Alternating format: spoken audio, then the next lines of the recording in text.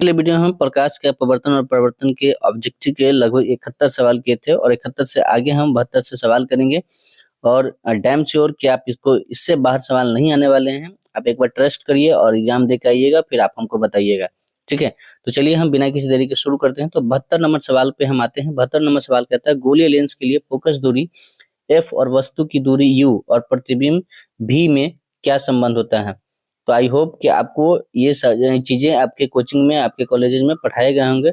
इसका 1/v minus 1/u बराबर 1/f, यही इसका फॉर्मूला होता है। तो यदि आप लोग कमेंट करेंगे और आप लोग को चाहिए तो हम साइंस का पूरा फॉर्मूला का जो है आपका एक छोटा सा वीडियो बना देंगे कि किसका किससे क्या संबंध है। और गणित का तो मैं चैप्टर बाय चैप्टर डाल ही रहा हूँ। ठीक है, तो आप उस वीडियो सबको पुराने जो अभी चैनल पर डाला गया है उन सभी को देखिए। ये सब सिर्फ और सिर्फ एग्जाम के पॉइंट ऑफ व्यू से है। ठीक है, मतलब इतना आप कर लेते हैं, इस चैनल से अगर जुड़ जाते हैं और इतना कर लेते हैं तो आई होप कि आपका 80% 90% से नंबर कोई कम नहीं आने वाला है। ठीक है, और आप अगर थोड़ा स्मार्ट निकलेंगे तो आपका मतलब 100% भी मार्क्स आ सकता है, ऐसा नहीं कि नहीं आएगा। ठीक है, 73 नंबर सवाल चलते हैं। एक अवतल दर्पण की फोकस दूरी 10 सेंटीमीटर है तो उसकी वक्रता त्रिज्या क्या होगी, यानी f वो है 10 है तो वक्रता त्रिज्या क्या होगी r, तो ये 20 होगी। इसका आंसर आपका ऑप्शन नंबर बी, जैसा हमने बताया था कि r बराबर 2f होता है। ठीक है, निम्नलिखित में से किसी वस्तु का वास्तविक प्रतिबिंब कौन बना सकता है, तो इसका ऑप्शन हो जाएगा उत्तल लेंस में वास्तविक प्रतिबिंब बनाता है। बार बार सवाल, एक ही सवाल को अलग अलग तरीके से घुमा के आपको पूछा जाएगा। ठीक है, उत्तल लेंस द्वारा आवर्तित काल्पनिक प्रतिबिंब तब बनता है जब वस्तु कहाँ रहती है, तो ये फोकस और लेंस के बीच में रहती है तो आवर्तित काल्पनिक प्रतिबिंब बनता है। अगला सवाल, एक गोलीय दर्पण से 5 सेंटीमीटर की दूरी रखे बिंब का प्रतिबिंब दर्पण से 30 सेंटीमीटर की दूरी पर उसी ओर बनता है जिस ओर बिंब है, तो आवर्धन क्या होगा, तो आवर्धन -6 होगा। ठीक है, उसके बाद हम 57, जैसे कि इसमें एग्जाम्पल के थ्रू दिखाया, देखिए आवर्धन बराबर m बराबर -v/u तो -30/5, तो इसका आंसर हो गया 6। इस तरीके से आप देख सकते हैं, है ना। तो एक उत्तल लेंस से 30 सेंटीमीटर की दूरी पर एक बिंब रखा गया है। लेंस से बराबर दूरी पर वास्तविक परिणत, तो लेंस की फोकस दूरी क्या हो जाएगा, तो इस तरीके से आप देख सकते हैं f बराबर r/2 होता है, जहाँ पे r आपका 30 सेंटीमीटर दिया है और बट्टा 2, तो इसका फोकस कितना हो जाएगा 15 centimetre. Option number C will be correct answer. उसके बाद हम अगले सवाल पर चलते हैं। 78 नंबर सवाल हमारा क्या कहता है कि एक उत्तल लेंस की फोकस दूरी 20 सेंटीमीटर, तो लेंस की क्षमता क्या होगी, तो लेंस की क्षमता होगी +5 डायोप्टर। एक लेंस की क्षमता -5 डायोप्टर है, इसकी फोकस दूरी क्या होगी, तो फोकस दूरी होगी -20 सेंटीमीटर। लेंस की क्षमता 4 डायोप्टर है, तो ये क्या होगा, तो इसमें 4 आप ऑप्शन पढ़िए और उसका आंसर आप देने का प्रयास करिए, फिर हम आपका आंसर बताएंगे। तो इसके बाद हम अगले सवाल पे चलते हैं। कुछ कुछ सवाल आप खुद से करिए ताकि आपको पता भी चले कि हमने जहाँ भी पढ़ाई की है तो वो हम कितना हमारे पास है। ठीक है, किसी बिंदु वस्तु से निकलकर किरणें किसी लेंस से अपवर्तित होकर जिस बिंदु पर मिलती है उसे हम क्या कहते हैं, तो इसका आंसर हो जाएगा फोकस कहते हैं। किसी शब्दकोश में पाए गए छोटे अक्षरों को पढ़ते समय आप निम्न में से कौन सा लेंस पसंद करेंगे। जब छोटा छोटा अक्षर आपको पढ़ना होता है तो आप 50 सेंटीमीटर फोकस दूरी का अवतल लेंस से पढ़ना पसंद करेंगे। ठीक है, 83 नंबर सवाल हमारा कह रहा है कि फोटोग्राफी कैमरा का अभिदृश्य कैसा होता है। अवतल दर्पण, अवतल दर्पण, उत्तल दर्पण, लेंस, तो उत्तल लेंस से होता है। ठीक है, कैमरा में उत्तल लेंस होता है। प्रकाश तरंग का उदाहरण क्या है, तो प्रकाश तरंग का उदाहरण किसका उदाहरण है, तो विद्युत चुंबकीय तरंग का उदाहरण है। 17 नंबर में सवाल पूछा गया है। दंत विशेषज्ञ यानी दांत रोग विशेषज्ञ किस दर्पण का उपयोग कर मरीजों के दांतों का बड़ा प्रतिबिंब देखने के लिए करता है, तो जब भी आपको बड़ा प्रतिबिंब की बात करें तो अवतल दर्पण, जैसे कि दांत दिखाना हो गया या फिर आप सैलून में यूज करना हो गया साइड मिरर, उसके बाद आपको गाड़ी में साइड मिरर की बात होगी, तो जहां भी बड़ा प्रतिबिंब की बात करें तो वहां आप आंख मूंद के अवतल दर्पण के बारे में बात करेंगे।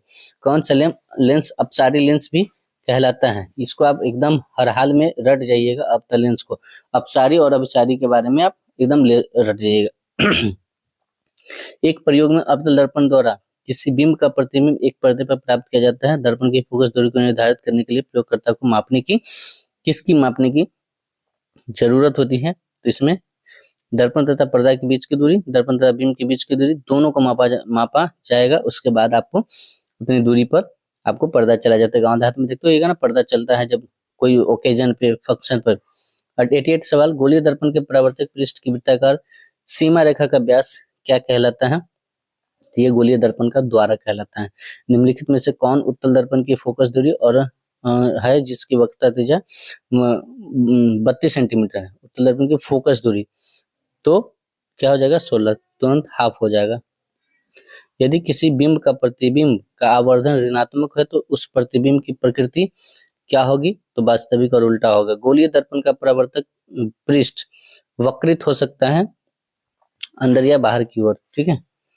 उसके बाद वह गोलीय दर्पण जो अंदर की तरफ वक्रित हो क्या कहलाता है? जो अंदर की तरफ वक्रित होता है उसे हम कहते हैं अवतल दर्पण, और जो बाहर की तरफ वक्रित होता है उसे हम कहते हैं उत्तल दर्पण। तो आई होप कि चीजें आपको याद रहेंगी। 94 नंबर सवाल पे आते हैं। वीडियो अच्छी लगे तो प्लीज लाइक जरूर कर दीजिएगा, चैनल को सब्सक्राइब कर लीजिएगा। इस चैनल पर आपको बहुत ऐसी चीजें मिलने वाली हैं जो यदि आप इससे नहीं जुड़ते हैं तो बाद में आपको पछताना पड़ेगा, क्योंकि ये चैनल जो है सिर्फ 10th ओरिएंटेड और बोर्ड एग्जाम ओरिएंटेड ही बनाया गया है, और आखिरी के 1-1.5 महीने में आप कैसे मैक्सिमम मार्क्स कर सकते हैं उस पे जोर दिया जाएगा। गोलीय दर्पण के परावर्तक पृष्ठ के केंद्र को दर्पण का क्या कहा जाता है? तो इसका आंसर हो जाएगा बी, ध्रुव कहा जाता है। गोलीय दर्पण का वक्रता केंद्र को किस अक्षर से निरूपित किया जाता है? वक्रता केंद्र को ओ से निरीक्षित किया जाता है, सॉरी सी से किया जाता है। केंद्र है ना, तो केंद्र सेंटर, केंद्र का इंग्लिश होता है सेंटर, और सेंटर को सी से डिनोट करते हैं। इन सवाल को देखिए 19 में, 21 में, 22 में कितनी बार पूछा गया है? किसी लेंस द्वारा उत्पन्न आवर्धन का एसआई मात्रक क्या होता है? तो ये मात्रक विहीन होता है। निम्नलिखित में से किस लेंस की फोकस दूरी धनात्मक होती है? तो किस लेंस की फोकस दूरी धनात्मक होती है? तो उत्तल लेंस की। लेंस की बात किया है तो उत्तल में अवतल और दर्पण। गोलीय दर्पण के ध्रुव तथा वक्रता त्रिज्या से गुजरने वाली सीधी रेखा को हम क्या कहते हैं? तो ये मुख्य अक्ष कहते हैं, ठीक है। उसके बाद हम सवाल नंबर 99 पे चलेंगे। तो 99 नंबर सवाल कहता है हमारा कि सूर्य के प्रकाश के संकेंद्रण से उत्पन्न ऊष्मा के कारण जल उठता है कहाँ? तो ये कागज जल उठता है, ठीक है। किस दर्पण से हमेशा वस्तु से छोटा प्रतिबिंब आता है? तो ये उत्तल दर्पण से है। और बड़ा प्रतिबिंब क्या होता है? जैसे हमने बताया कि सैलून में, साइड मिरर में यूज कर होता है, गाड़ी में। टॉर्च और वाहनों के उद्ग्रीब यानी हेडलाइट में किस प्रकार का, आप इसका आंसर जवाब दीजिएगा। हमने कई बार इसको आंसर अभी जस्ट आपके सामने हम आंसर किया कि टॉर्च और वाहन के जो फोकस दूर करने का और जो बड़ा बनाएगा वो कौन सा दर्पण होगा, आपको बताना है, ठीक है। उसके बाद हम इसका आंसर अभी हम जस्ट बताए, इसलिए हम इस सवाल का आंसर नहीं बताएंगे, इसको आपको बताना पड़ेगा। वाहनों के साइड मिरर पीछे देखने के लिए दर्पण में किस दर्पण का प्रयोग किया जाता है? तो इसका आंसर हो जाएगा उत्तल दर्पण, ठीक है। इनमें कौन दर्पण का सूत्र है? अब ये दर्पण का सूत्र है, अभी जैसे हमने बताया था दर्पण का 1/v है ना, दर्पण का भी हमने बताया 1/v प्लस 1/u बट्टा बराबर 1/f। ऑप्शन नंबर ए इसका दर्पण सूत्र इसको कहते हैं। दो पृष्ठों से घिरा हुआ कोई पारदर्शी माध्यम जिसका एक या दोनों पृष्ठ गोलीय हो क्या कहलाता है? तो इसका आंसर हो जाएगा आपका ऑप्शन नंबर ए, लेंस कहलाता है, ठीक है। उसके बाद 5 में उत्तल लेंस को हम क्या कहते हैं? अभिसारी लेंस। अवतल लेंस को क्या कहते हैं? अपसारी लेंस। लेंस के कितने वक्रता केंद्र होते हैं? तो वक्रता केंद्र तो भाई साहब लेंस के वक्रता केंद्र कितने होंगे? इसका आंसर हो जाएगा 2। लेंस के केंद्रीय बिंदु को क्या कहते हैं? तो लेंस के केंद्रीय बिंदु को हम प्रकाशिक केंद्र कहते हैं। सवाल नंबर 108 पे हम चलते हैं। जब किसी लेंस पर, अगर वीडियो अच्छी लग रहा हो तो प्लीज लाइक जरूर कर दीजिएगा। जब किसी लेंस पर समानांतर किरणें आपतित होती हैं तो क्या कहलाता है? तो इसका आंसर हो जाएगा कागज सुलगने लगता है, धुआं उत्पन्न होने लगता है, ए और बी दोनों होता है। तो ऑप्शन हो जाएगा ए और बी दोनों होता है। लेंस में कितने फोकस होते हैं? तो लेंस में फोकस होते हैं 2। लेंस के एसआई लेंस की क्षमता का एसआई मात्रक क्या होता है? देखिए कितनी साल पूछा गया है क्वेश्चन। तो लेंस की क्षमता का एसआई मात्रक होता है डायोप्टर। उत्तल लेंस की क्षमता होती है धनात्मक, अवतल लेंस की क्षमता होती है स्वाभाविक है कि एक धनात्मक होगा तो एक ऋणात्मक होगा। प्रकाश गमन करता है किसमें? तो सीधी रेखा में। ये तो बहुत ही आसान सवाल है। एक अवतल दर्पण की फोकस दूरी 20 यानी f है 20, एक वस्तु के दर्पण से ध्रुव की 30 सेंटीमीटर की दूरी पर रखा गया है, ठीक है। तो प्रतिबिंब कहाँ बनेगा? तो प्रतिबिंब कहाँ बनेगा भाई साहब आपका? तो 114 का दर्पण से 60 मीटर की दूरी पर वस्तु की ओर बनेगा। ठीक है, option number A will be correct answer.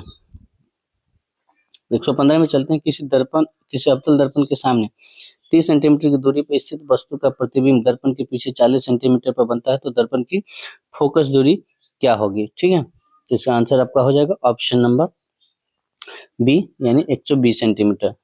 ठीक है, एक गोलीय दर्पण की वक्रता त्रिज्या 20 सेंटीमीटर है, तो इसकी फोकस दूरी कितनी होगी? तो वक्रता त्रिज्या यानी आर 20 सेंटीमीटर, तक फोकस दूरी कितनी होगी? 10 होगी। 116 का option number A will be correct answer. 117 का सवाल हम देखते हैं। जिस वस्तु से प्रकाश निकलता है उसे हम कहते हैं प्रकाश स्रोत। प्रकाश के किरणों के समूह को हम कहते हैं किरण पुंज। किरणों के समूह को हम किरण पुंज कहते हैं। उसके बाद हम 19 नंबर सवाल पर देखेंगे कि प्रकाश की किरणों का पथ दर्शाने वाले चित्रों को क्या कहा जाता है? किरण आरेख। आवर्धन का ऐसे ही मात्रक क्या होता है भाई साहब? तो आवर्धन का ऐसे ही मात्रक नमीटर होता है ना? इनमें से कोई आंसर नहीं होगा। ठीक है, उसके बाद हम सवाल नंबर चलेंगे अपने बाकी बचे 18 सवाल की तरफ। कुल 138 सवालों का ये सीरीज था। उत्तल दर्पण के सामने एक वस्तु को रखा गया है जिसका प्रतिबिंब प्राकृतिक कैसी होगी? तो इसका ऑप्शन हो जाएगा ऑप्शन नंबर, आप लोग जवाब इसको दीजिए तो इसका आंसर हो जाएगा ए, काल्पनिक होगी। किसी लेंस की क्षमता -2D है, यानी 2 डायोप्टर है, तो इसकी फोकस दूरी कितनी होंगी? तो इसका आंसर हो जाएगा -5 मिमी। निम्नलिखित में से किसका अपवर्तनांक सबसे अधिक होता है? तो ऑप्शन हो जाएगा हीरा का अपवर्तनांक सबसे अधिक होता है। 124 नंबर सवाल। निम्नलिखित में से किस लेंस को अभिसारी लेंस कहते हैं? तो अभिसारी और अपसारी हमने पिछले क्वेश्चन को किया है, तो आपको इसका सवाल का आंसर देना है। अगर सब सवाल का आंसर हम ही देंगे तो आपको कैसे पता चलेगा कि अभी हमने जो रिवीजन किया है उसमें कितनी चीजें आपके पास स्क्रैप हो पाई है। 125 का सवाल। दर्पण के सामने किसी भी दूरी पर स्थित वस्तु का प्रतिबिंब सीधा प्रतीत होता है, तो वो दर्पण कौन सा दर्पण होगा? तो ये हो जाएगा या तो समतल अथवा उत्तल। उसके बाद सवाल नंबर हम 126 पे चलेंगे। निम्नलिखित में से किस माध्यम में प्रकाश की चाल सबसे अधिक होती है? तो 126 का आंसर आप हो जाएगा निर्वात में। आपको पता है तैलीय कागज कैसा होता है? तो ये होता है पारभासक। समतल दर्पण की फोकस दूरी क्या होती है? तो समतल दर्पण की फोकस दूरी अनंत होती है। अवतल दर्पण के सामने वस्तु को कहाँ रखा जाए ताकि प्रतिबिंब उल्टा, वास्तविक और समान आकार का बने? तो ये वक्ता केंद्र पर। उत्तल दर्पण से बना काल्पनिक प्रतिबिंब होता है कैसा? तो सीधा और आश्रित। निम्न में से कौन सा पदार्थ लेंस के लिए प्रयुक्त नहीं किया जा सकता है? तो ये हो जाएगा पित्तल। एक गोलीय दर्पण की फोकस दूरी +20 सेंटीमीटर है, तो यह गोलीय दर्पण कैसा होगा? तो ये हो जाएगा इनमें से कोई नहीं। तालाब का जल कम गहरा दिखाई देने का कारण क्या होता है? तो ये अपवर्तन होता है। अवतल दर्पण की फोकस दूरी, तो 134 नंबर सवाल पर हम चलेंगे। अवतल दर्पण की फोकस दूरी क्या होता है? तो अवतल दर्पण की फोकस दूरी हो जाता है आपका ऋणात्मक। किसी अवतल दर्पण की फोकस दूरी f और उसकी वक्रता r है, तो निम्नलिखित में से कौन सा संबंध? तो या तो r बराबर 2f या हाँ यही तो है 2f। ऑप्शन नंबर बी हो जाएगा सही। एक पारदर्शी गोलीय कवच की बाहरी त्रिज्या 20 सेंटीमीटर और भीतरी त्रिज्या 19.8 सेंटीमीटर त्रिज्यीय आपतित प्रकाश के लिए कैसा व्यवहार करेगा? तो इसका आंसर हो जाएगा डी, अवतल लेंस की भांति। उत्तल दर्पण में प्रतिबिंब बनता है कैसा? तो ये आभासी बनेगा। प्रकाशिक माध्यम कितने प्रकार के होते हैं? तो प्रकाशिक माध्यम आपके 3 प्रकार के होते हैं। तो ये रहे आपके फिजिक्स के यानी भौतिकी के चैप्टर नंबर 1 प्रकाश के अपवर्तन और परावर्तन से 138 सवाल, जिसका पार्ट 1 हमने इससे पहले वीडियो में डाला है, तो उसको जाकर देखें। और इसके बाद आप प्रकाश के अपवर्तन और परावर्तन से एक भी सवाल आपके एग्जामिनेशन में नहीं छूटेगा। इसके अलावा आपको और कुछ भी करने का आवश्यकता नहीं है, चाहे तो आप प्रैक्टिस कर सकते हैं ज़्यादा से ज़्यादा क्वेश्चन को। कहीं इस वीडियो को डाउनलोड करके अपने मोबाइल में सेव कर लीजिए और एग्जाम के आखिरी समय में आप उसको बड़ा के अच्छे से देख लीजिएगा। ठीक है, तो वीडियो को लाइक करना नहीं भूलिएगा। चैनल आपका है तो चैनल को प्यार दिखाइएगा, चैनल को सब्सक्राइब करिए और ज़्यादा से ज़्यादा लोगों के पास शेयर करिए ताकि और भी हमें मोटिवेशन मिले इस पे और भी वीडियो डालने का। ठीक है, मिलते हैं नेक्स्ट वीडियो में, तब तक के लिए आप पढ़ाई में व्यस्त रहिए। Thank you so much. जय हिंद।